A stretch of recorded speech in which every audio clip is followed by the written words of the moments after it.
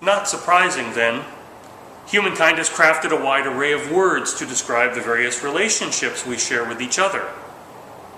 Friend, pal, buddy, companion, acquaintance, comrade, cohort, ally, teammate, associate, colleague, helper, partner, significant other, each with subtle, nuanced differences we can all discern. Behind each lies some varying aspect of love, from the love of neighbor and friend, to that of blood, relation, and family, to that pinnacle love of a life partner. From ancient times, the allure of romantic love intertwined with our deepest religious impulses. One can hardly turn a corner in any sizable art museum without viewing a Renaissance oil of Mary coddling the baby Jesus, a fertility carving, or the muscular nude dignity of a Moses or David.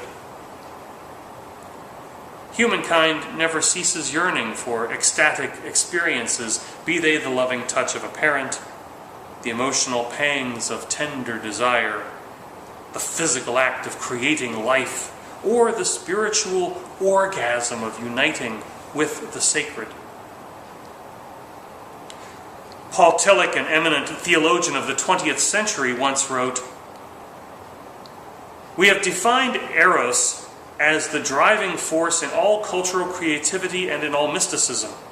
As such, eros has the greatness of a divine human power. It is the longing to establish full relationship, be that with a person, with one special group, with sundered value paradigms, or with God, and in short, with anything from which one has become existentially alienated. Eros, as a longing awareness of alienation, becomes the dynamic force behind creativity, growth, and self-transcendence. It is the moving power of life. Powerful, visceral forces in our life. Love ranges from the gentle tug of home as we travel to the shattering emotional explosion of heartbreak and separation. From the warm feeling we get walking in the door of a sanctuary every Sunday morning, to that weightless drifting of religious epiphany and joy. We're all alchemists, trying one combination of life chemicals after another to create that golden holiness of love. Holy. If anything in this mundane world claims the right to this word, it is that span of emotions under the umbrella we label love. And yet, we can be incredibly stupid about love. As a late baby boomer, I can reminisce about several seminal decades in our recent history. I don't really remember much about the 50s. Like most Americans, I found the 60s completely confusing. The 80s for me were a blur of marriage, launching a career, fathering 2 children, and discovering Unitarian Universalism. But what the hell were we thinking in the 70s? Watergate, the energy crisis, Jim Jones, the disastrous end of the conflict in Vietnam, the American Motors Gremlin and Pacer, bell-bottoms, and powers of the universe help us disco. Perhaps emblematic was a Friday night television show that aired auspiciously at the dawn of the decade after the Brady Bunch and the Partridge Family. Love American Style. For 4 years, a parade of has-beens and low-talent wannabes paraded in front of our television sets, helping define romance for what was left of the nuclear family following a decade that dropped an atomic bomb on our idea of love. The show utilized a formula, later to be honed to absurd perfection on The Love Boat, of syrupy emotional stories, exploring aspects of love, romance, and human relationships. Love American Style presented the perfect entertainment to help us forget long work and school weeks. The show required no thought, made us laugh, and always provided happy endings. And after a decade of cultural chaos and revolution, the plots reaffirmed the pillars of American emotional relationships: heterosexuality, fidelity, and innocence. What is wrong with that picture? For one, Love American Style ironed out those messy wrinkles of relationships, that threshing that Khalil Gibran speaks of.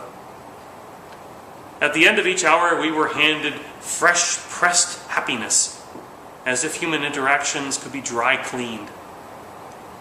Corporate America convinced us that obtaining neat and tidy relationships took the same effort as opening a bottle of Mr. Clean and letting the genie do his thing. But as we all know well, human relationships brim with complexity and messiness. We may wax nostalgic for the prince to wake us from our sleep, or to fit our dainty foot with a glass slipper. But unlike the sterile and pristine cleanliness of Love American Style, we know that love is rarely innocent, often unfaithful, and frequently not heterosexual. And you know what? I wouldn't have it any other way. Where would our poets and lyricists be without all of that monstrous pain and emotional suffering caused by love? Who'd pay to see a romantic film with no tension threatening the eventual union of the lead actors?